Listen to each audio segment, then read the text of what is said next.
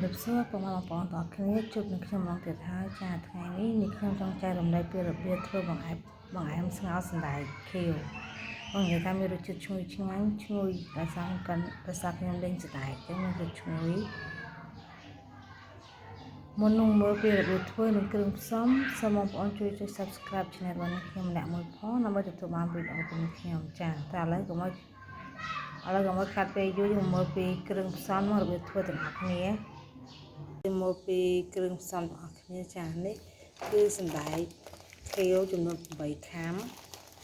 ស្ករសជាមួយចានសាគូភ្នែកត្រី500សាគូវិញ500ណាខ្ទិះដូងគឺកន្លះគីឡូនិងអំបិលចាឥឡូវយើងមើលពីរបៀបធ្វើទាំងអស់គ្នាជាដំបូងយើងត្រូវលេងសណ្តែកទីសិនបន្ទាប់ពីលេងហើយយើងដាក់ស្ងោរតាមក្រៅហើយមកពីការលេងសណ្តែកសាគូយើងត្រូវត្រាំទឹកវាអញ្ចឹងយើងទុកវារហូតដល់វារីកចារីកហើយយើងត្រាំវាប្រហែលជា1ម៉ោងហើយទៅបានវារីកឥឡូវខ្ញុំទុករយៈពេលប្រហែល1ម៉ោងសិនដើម្បីយើងមកធ្វើវាតាមក្រៅចាប់ផ្ដើមសណ្តែកតែដល់ទៅយើងដាក់លេងទៅ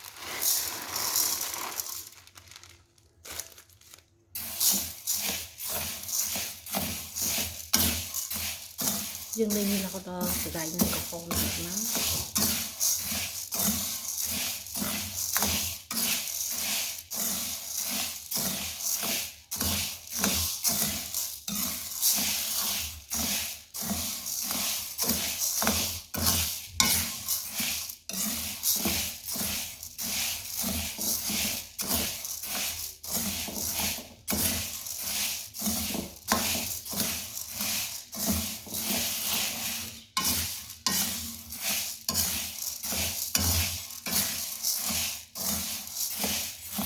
វាហើយស្តែកនឹងក្រហមមកយើងដាក់វាចូលចាឥឡូវស្តែកយើងចាប់ផ្ដើមក្រហមល្អហើយយើងធ្វើការបន្លាបបានបន្តមកយើងដាក់ដាំទឹកស្ងោរវាទេចាឥឡូវខ្ញុំដាក់ដាំទឹកស្ងោរស្តែកឲ្យរីកសិនណា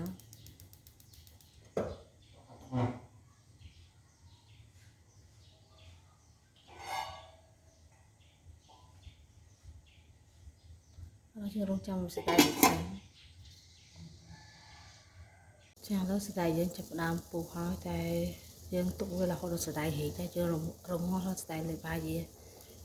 ចូលទៅ20ទៅកន្លះម៉ោងទុកដល់សណ្តែករីកឥឡូវយើងក្របទុកសិនតែសណ្តែករីកសិនចាឥឡូវសណ្តែកយើងស្ងោរចាប់ផ្ដើមរីកហើយបន្ទាប់ពីយើងចាក់ខ្ទិះចុងចូលមក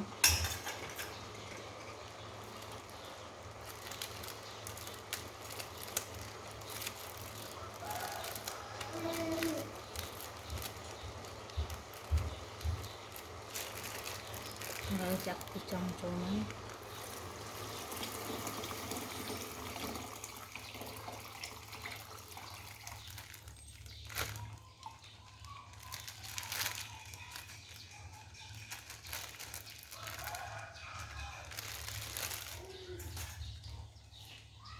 អូទីនេះ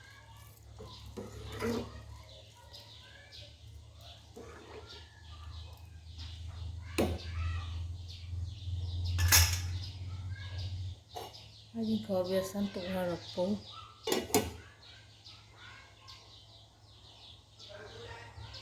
ចាឥឡូវទឹកយើងចាប់ផ្ដើមពុះហើយ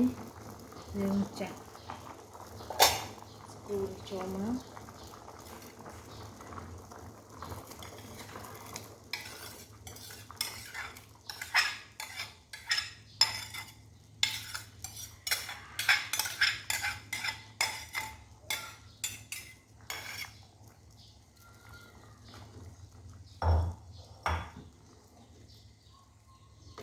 ហើយយើងដាក់ដាំពុះឲ្យដាំរហូតដល់ស្គរនឹងរីកចា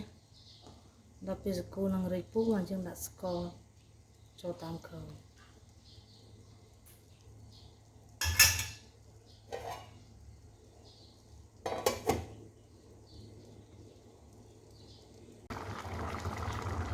ហើយស្គរយើងរីកហើយយើងចាក់ស្ករចូល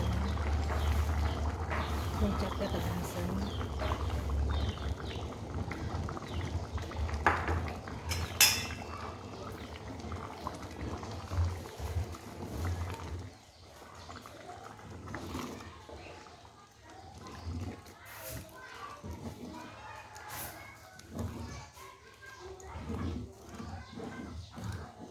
យើងកូរវាចាំមកឲ្យខ្លោចសកូនក្បាត់ក្រោម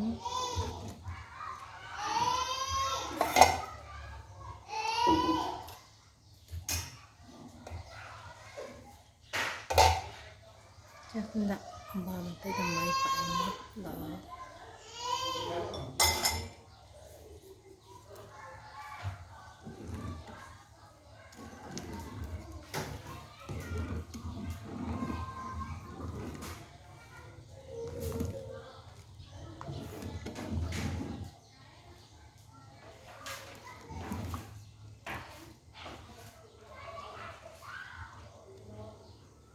ជាអាចធ្វើការភ្លក់បានបើស្ទើរផ្អែមថែមស្ករថែមទៀត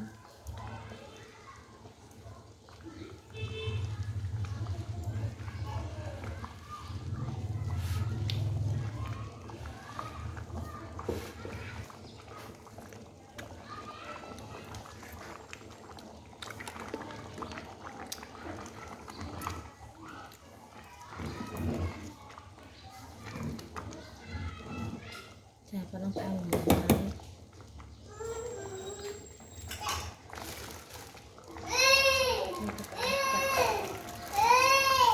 យ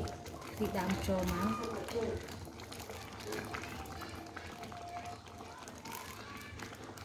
ខ្ញុំចាំចាប់ទីដើមចូល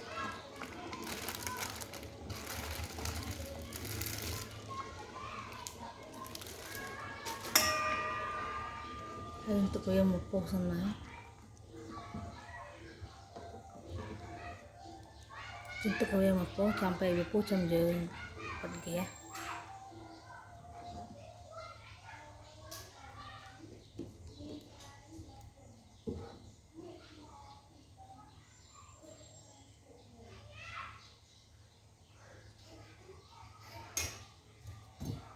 ឥឡូវយើងបិទហ្គាសសិនទុកយ៉ាងវាពុះសិន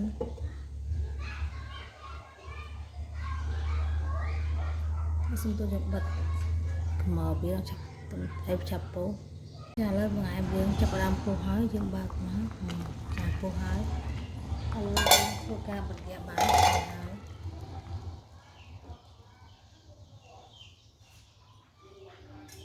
ជាអាចធ្វើការដុតចានហូបបាន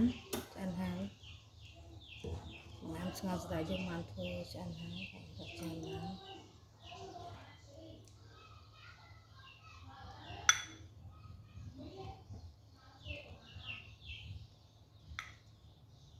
ចាំមើលចឹងណាចាំបង្ហាញស្ងោរស្ដាយយើងធ្វើរួចហើយឥឡូវតែខ្ញុំក៏បានដាក់ចាំមួយដែរឥឡូវយើងដាក់ខ្ទិះដូងចូលមកខ្ទិះដើមចាយើងឲ្យពីលើចឹងណាចាប៉ុណ្ណឹងណាតើមកយើងអាចធ្វើការយើងអាចញ៉ាំបានឥឡូវបង្អែមស្ងោរស្ដាយនេះខ្ញុំបានធ្វើរួចហើយចាអរគុណសម្រាប់ការតាមដានស្ដាប់នៅ channel របស់ខ្ញុំសូមកុំភ្លេចជួយចុច subscribe channel របស់ខ្ញុំមួយផងដើម្បីទទួលបានវីដេអូថ្មីៗពីខ្ញុំចា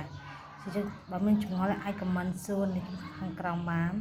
ព័ត៌មានលម្អិតនឹងខ្ញុំដាក់នៅក្នុងកែ description បងប្អូនអាចចូលមើលបានចាអរគុណសម្រាប់ការតាមដានទស្សនានៅ channel របស់ខ្ញុំ